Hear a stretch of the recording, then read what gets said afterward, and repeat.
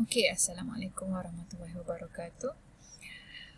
Okey, kadang-kadang kita ada masalah dengan Revit kita, ada file yang hilang dan sebagainya, ataupun installations tak penuh ataupun tak complete lah ya.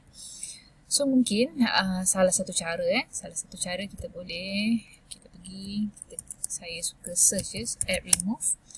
Okey, so boleh pergi pada add remove programs ni, akan keluar features ni. Okey, tadi saya dah search awal-awal sebenarnya.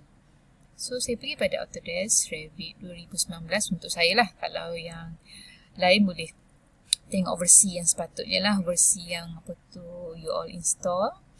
Autodesk Revit. So, this one uninstall. Okay. Jangan risau, dia akan pergi pada paparan ni. Yes.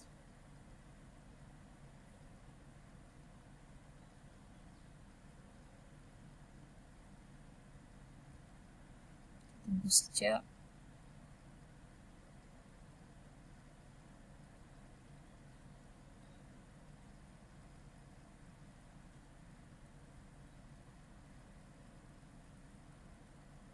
Lambat untuk komputer saya. Okey. So, dia akan pop up keluar yang ni. Okey, janganlah uninstall pula ya. Kita pergi repair and reinstall. Okey. Kalau perlulah. Repair and reinstall. Even dekat sini, kalau ada pelajar-pelajar kan, dia tak berapa jelas ataupun tak tahu, dia boleh tengok juga system requirements untuk Autodesk ni. Dekat sini pun ada ya. Masa kita nak start ataupun nak mula install, kita ada system requirements. Adakah dia sama atau memenuhi mengikut kita punya komputer. Okey, sekali lagi dia tanya repair ataupun reinstall.